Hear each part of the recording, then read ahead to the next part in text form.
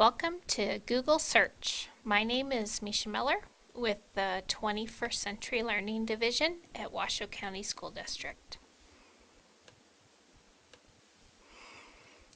Today's webinar agenda is to discuss or talk about whether we need to teach kids how to search on the internet, how search works, search tips and tricks for basic and advanced searches, using news.google.com to find newspaper articles, focusing on collecting primary source information, and creating with new knowledge. Like with all of our webinars, we focus on the 6 dimensions of 21st century learning and how to build student-centered collaborative classrooms. Classrooms where students are constructing knowledge, they're dealing with real-world problem solving and innovation. Students are using technology for learning, they're self-regulating, and using skilled communication.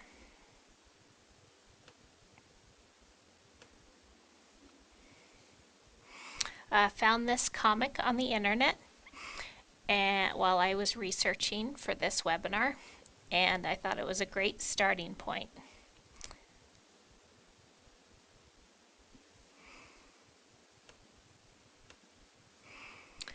10 years ago, if you had a question about something, the best way to find the answer was to ask somebody, your teacher, or to find the answer in a book or at the library.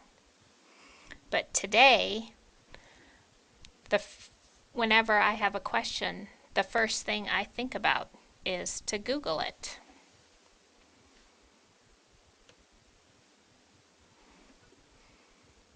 Watch this short video where one teacher, with some perseverance and the help of Google Search, won $1 million.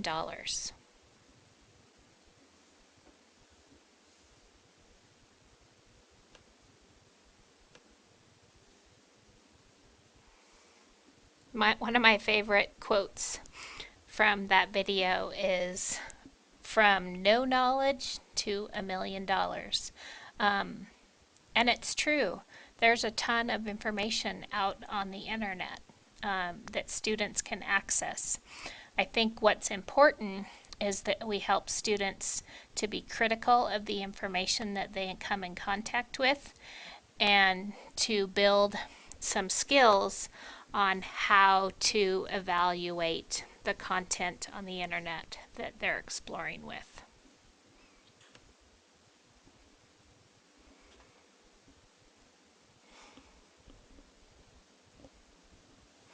Google has a helpful website where it has prepared lessons that teachers can use to teach students how to pick the right search terms, how to understand their search results, how to narrow a search to get better results, how to research for evidence, and also evaluating the credibility of sources. And let's take a minute just to go to that website.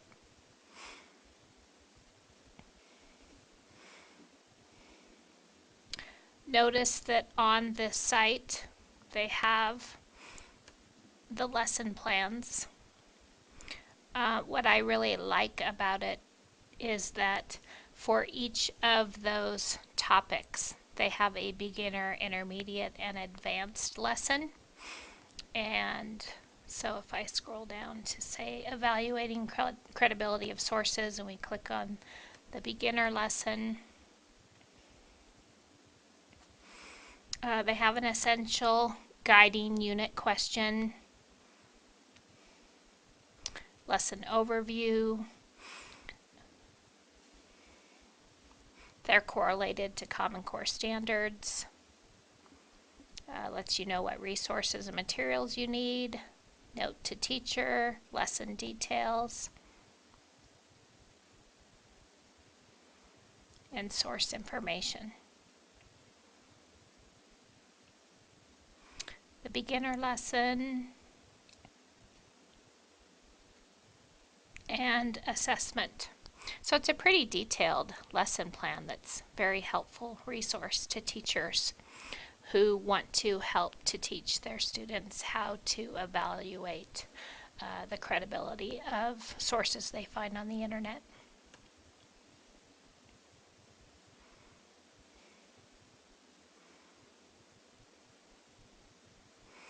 They also have a Google a Day challenges that are centered on culture, geography, history, and science. So I'm going to scroll down, give you an idea.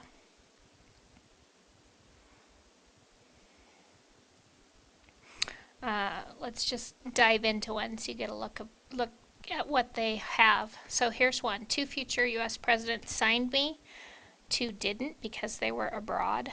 Despite my importance, modern viewers seem to think I have a glaring spelling error. What document am I? So if we click on View Challenge, it takes us to a Google slide presentation that you can use with your students. And it prompts them with the same prompt that I just said, and what document am I? So it gives kids a reason to apply what their search skills, see if they can find the answer to the question. It steps them through some hints to help them to get started. It goes on to tell you what the answer is and how to find the answer using search. Breaks down some strategy and tactics and gives some background as well as some follow-up questions. So that's a nice warm-up activity or closure activity that you can integrate into your instruction.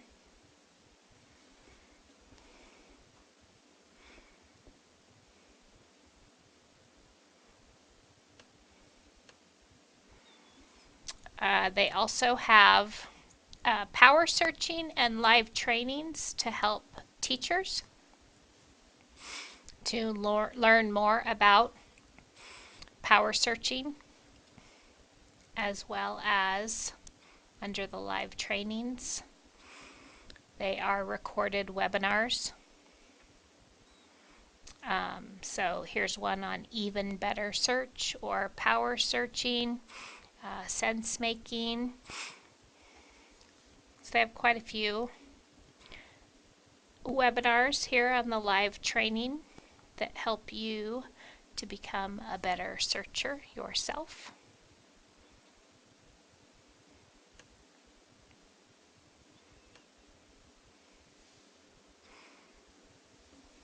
Have you watch a Google a Day video,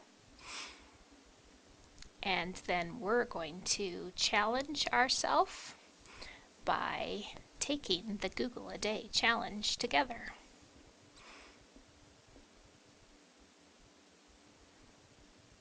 Okay, so let's take the challenge together.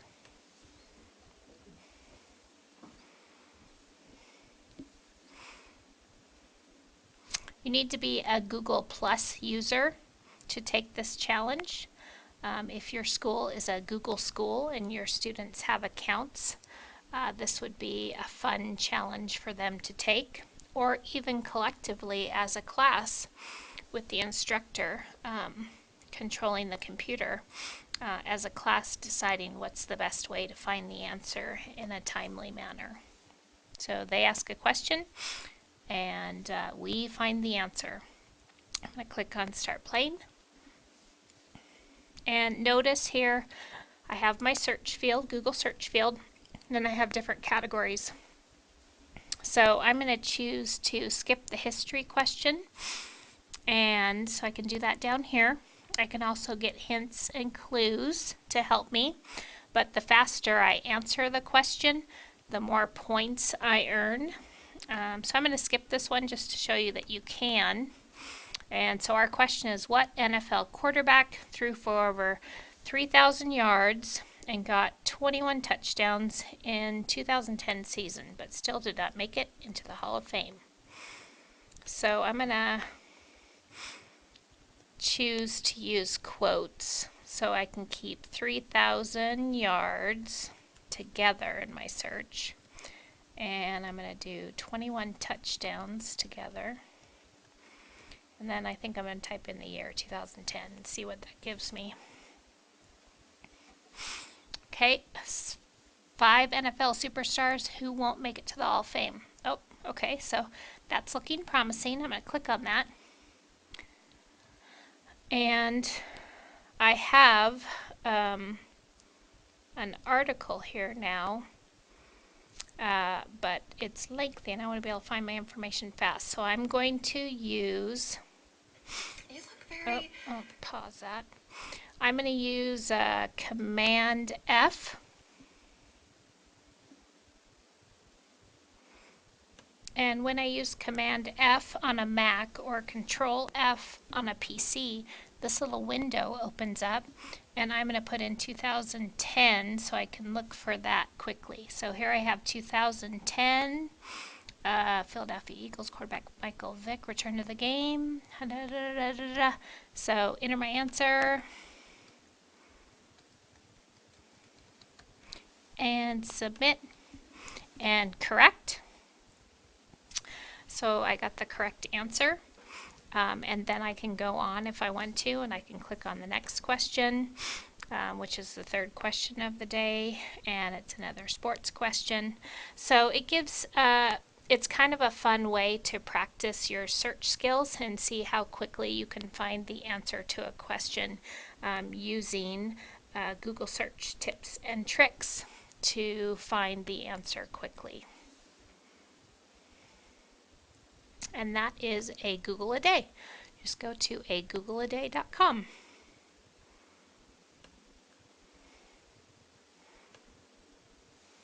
So how does search work?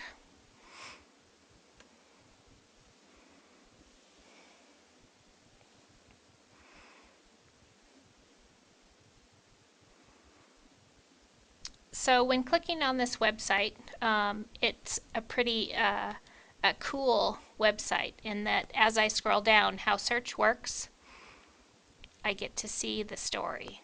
So part 1 of 3, crawling and indexing.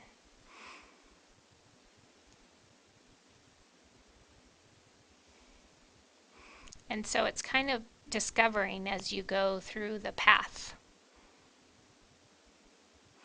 And then there's icons that you can hover over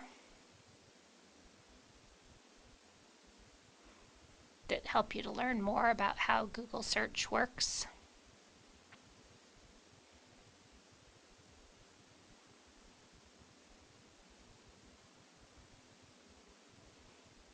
So I'm going to stop there, and I'm going to let you finish scrolling through how search works. And here is a link to that page.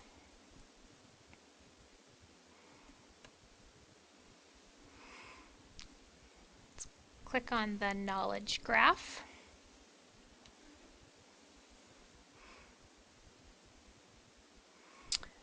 And so this is on Google Inside Search website. And to learn more about the knowledge graph, so this is a change that it's been a while. It's been around for a little while, but not too long. So if we can see it in action, you may have noticed some differences about Google search when you were searching. So if I'm searching for a person, place, or thing, like Da Vinci, now when you search, you may have noticed that they have images off to the right and give you quick search results.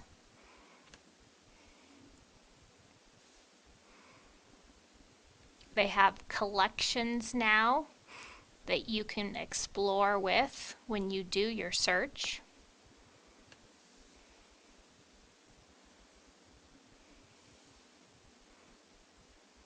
So instead of having a long list of search results, they also have added different components to give you a quick glance at Da Vinci and some facts about him and some images that are related to him. And if I scroll down, I can learn a little bit more about collections and exploring lists, how Google has helped to zoom into the right thing fast, so as you type, it's already trying to figure out what it is they're searching for and populates a list below. And then to learn more about the knowledge graph. So I encourage you to explore more with this site and find out more about the knowledge graph.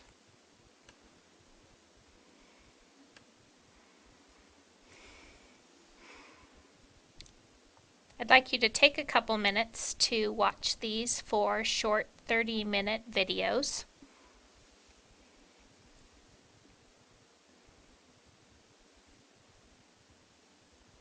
I'm curious as to your thoughts about these videos after watching them from the perspective of a teacher.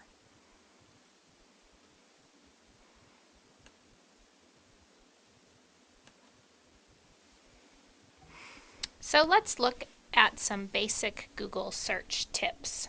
And I've included some underneath here, some of more the important ones that the word "and" is implied. So if I'm searching for, say, Washoe County School District and active boards, I don't have to include the word "and." I can just put WCSD active boards. Every word does matter. So if I search for "who," I'm going to see things that have to do with the World Health Organization. If I search for "The Who," I'm going to get information about the band. And if I search for "A Who," I'm going to come back with the results from Dr. Seuss's book. So every word matters that you include in your search, and order matters as well. So London Bridge will give you different results than Bridge London, because London Bridge is a specific bridge, but Bridge London more implies bridges in London. So order matters as well. Let's look at some other tips and tricks to help you to become a better searcher.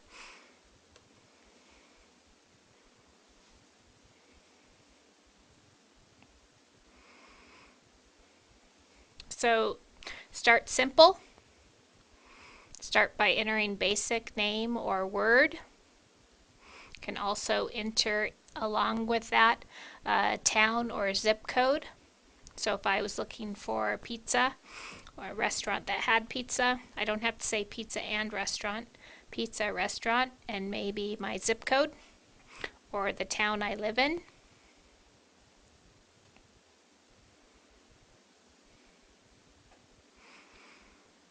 You don't have to be super specific with spelling.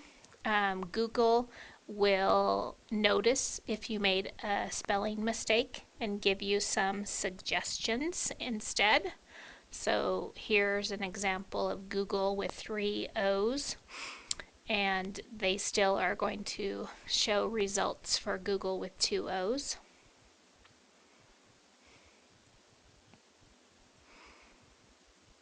So Google suggests you use web-friendly words. So instead of typing in "my head hurts," say "headache."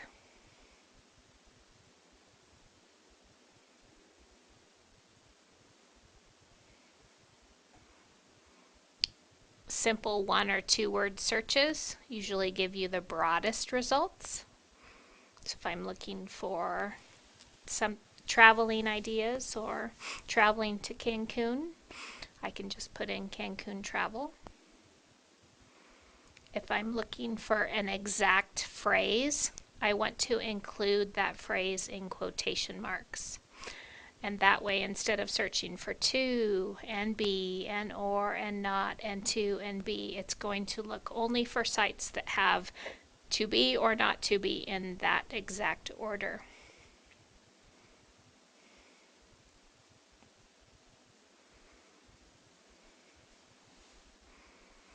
So use descriptive words. Their example is celebrity ringtones is probably better than celebrity sounds. So if you're looking for ringtones specifically, then you want to use that specific word. You don't need to worry about using capitalization when you're searching.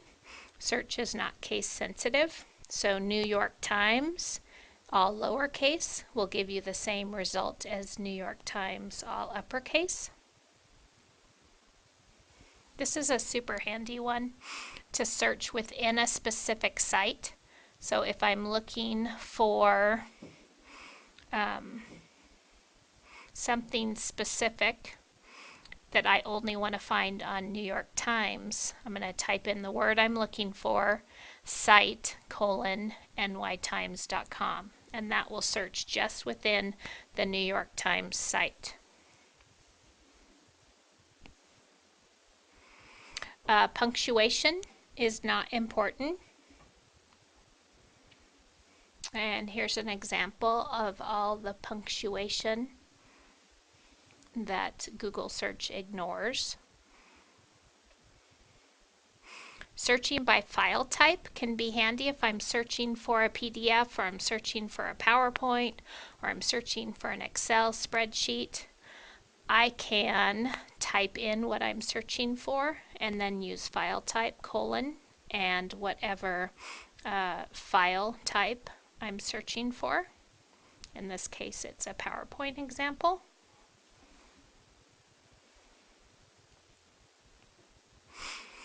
So say I'm searching for a salsa recipe, but I don't want to have tomatoes in the recipe. So most salsa recipes have tomatoes in it. So if I want to find recipes without tomatoes, I can type in salsa recipe and then use the minus or the dash and then tomatoes right after it, so that the first character is right after my minus sign or my dash. And that will show me salsa recipes without tomatoes.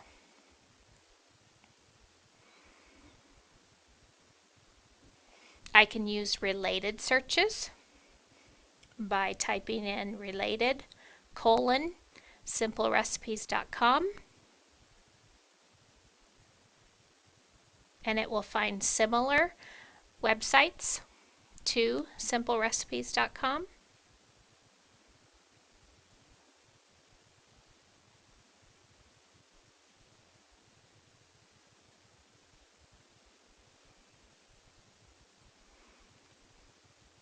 Search numbers in a range.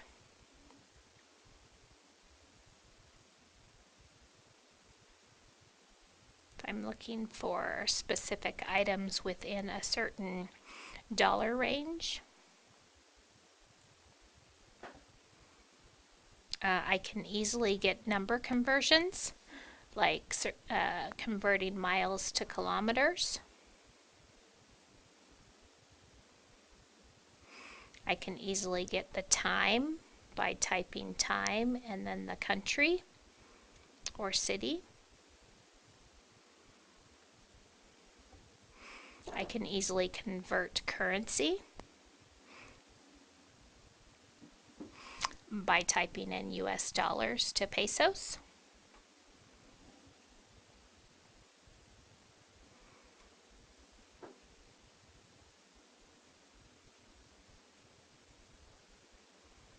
I can search in different languages and translate the page into a foreign language.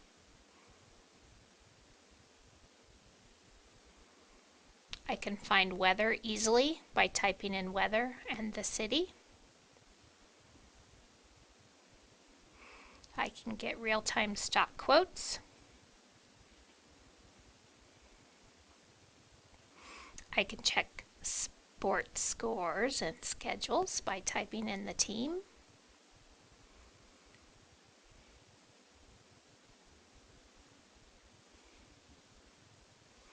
Track my packages. Get definitions. So if I'm looking to define a word, I can type define : and the word. I can do some advanced image searches. In fact, let's click on this one.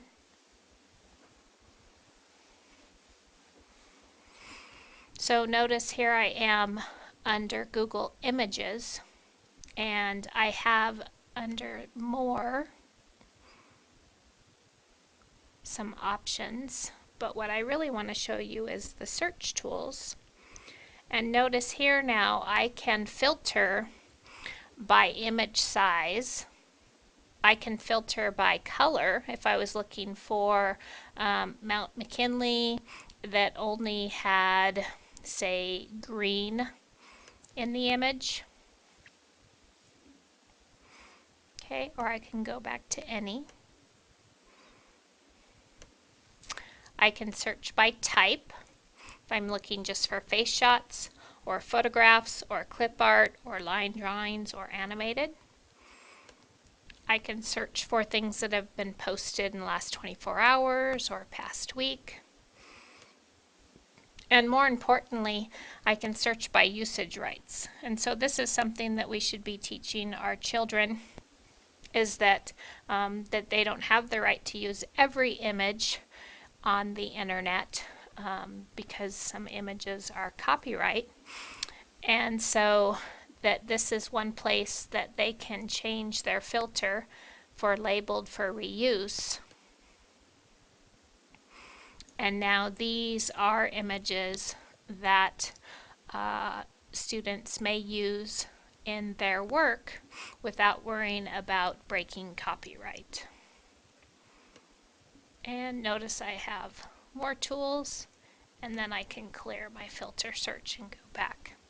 So next time you do a search, whether it be on the web or under images, check out your search tools because they're in a nice handy place here. And when I'm just searching web, notice I have, again, time. I can search on all results, and then I also have location.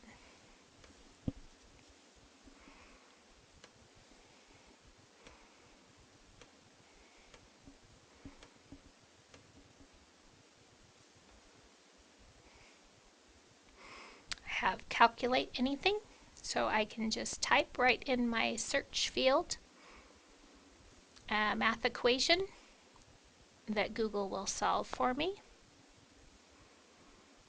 I could locate earthquake activity by typing in earthquake in my search engine.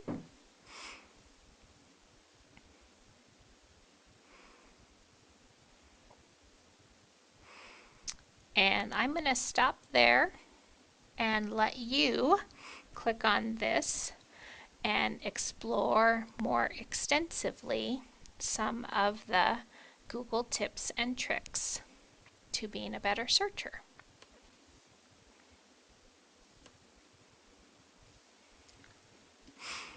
I'd also like you to explore with this infographic. We're going to click on it and take a look at it.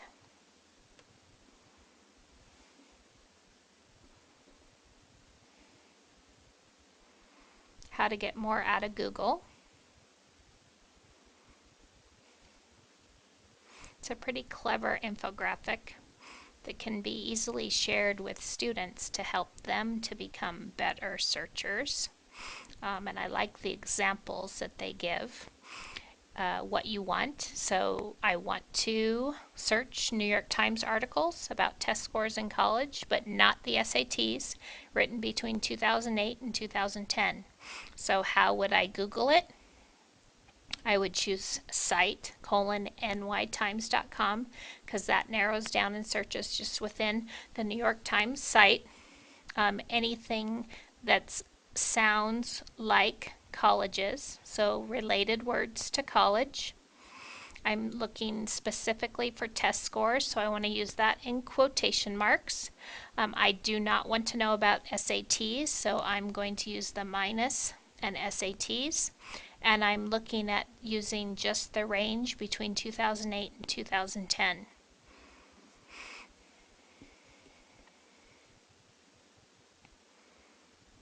Okay, here's another example. What do you want? A report on different airspeed velocities of common swallows. So how would you Google it? And notice it says don't ask Google questions. So a good Google searcher does not ask the question in the question field, because if you do, you're going to get a lot of websites like Ask It or different websites that's what they focus on, is asking questions and then people going on and responding. Instead, if you're specifically looking for a file type, a PDF, you type in file type :PDF. You're looking for airspeed, so you want to type that. You want velocity to be part of it. So in the title, you're looking for the word velocity, and you want swallow, okay, or anything that has swallow in the title.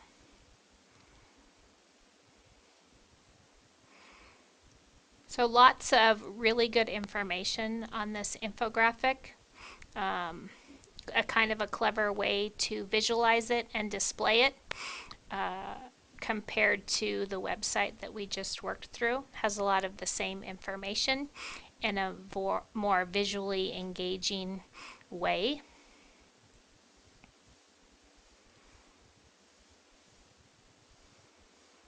And some helpful tips. So I'd like for you to explore that in more detail. And you can do that by typing in this link. At the bottom of the infographic is this short 1-minute video that has to do with Google search tricks, and I'd like for you to watch that as well.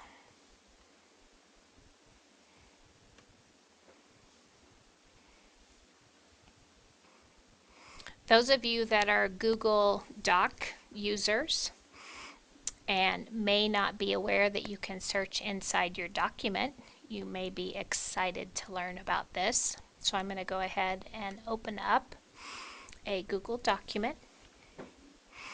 And once I'm in my Google document that I might be collaborating on a project with some fellow classmates, and so we're going to type up and brainstorm for our project and then put together the written part of the project. We can search for our information right inside of our Google document by going up to Tools and Research. On the right, we have the research window open up, and notice now I have a drop down here where I can search everything, just images. I can search Google Scholar. I can search just for quotes. I can search just for the definition of a word. So I have, or just tables. I'm going to search here for alternative energy. And notice that all of a sudden I have some different results coming back. I have a little drop down here where I can decide how to search. So I can search not filtered by license or free to use, share, or modify even commercially.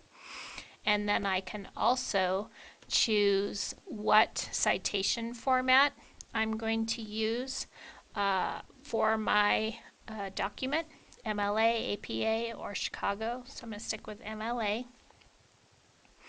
As I scroll through my search results, I'll go ahead and tuck that back in. I can see some web results. Notice I have some images right away. I can preview this site, have a little pop-up come out with some information to see if that's something I want to explore with, because it's really hard to see right here. I can go ahead and click on that and it'll take me to the site. If I find some information on that site, some facts that I want to include in our project, I can insert a link to that, and I can also cite it. So if I'm typing and have included some information and want to reference where I got that information from, I can cite it, put to 1, and when I scroll down, it automatically includes the citation for me at the bottom. I can tuck that back in. I can decide to include some images in our project, and so I can come back here and filter for image sources and say one of the things that we're looking at is wind energy. So I can choose to just drag that into our project, and notice it automatically attaches a to it and references it down below and cites it where I got that image from.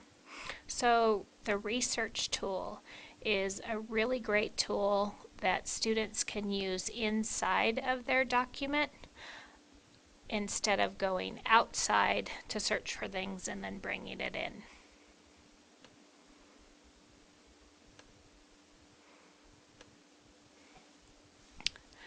Let's take a minute to look at advanced Google search.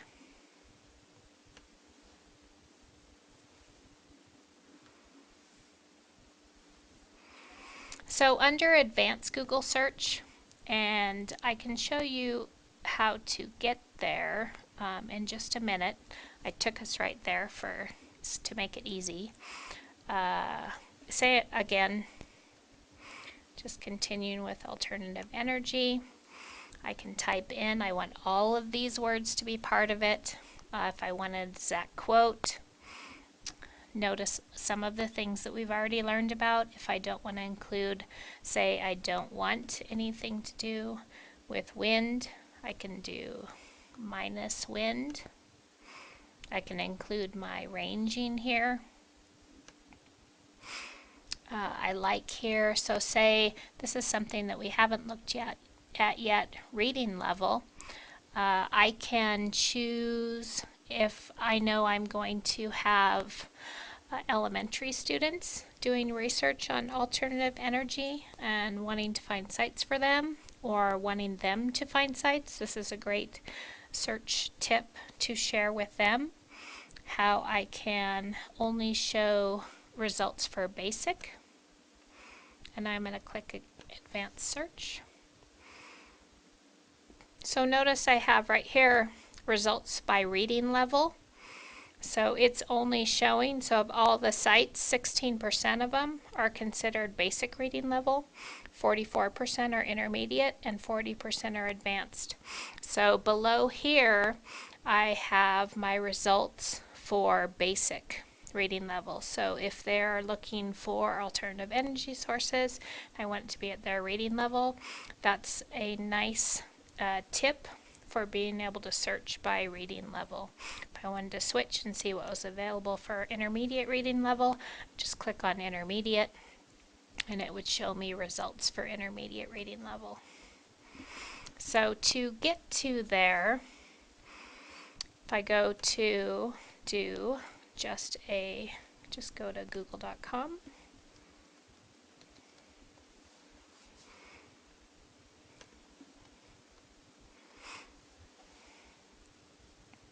And from the get-go, type in alternative energy. Notice that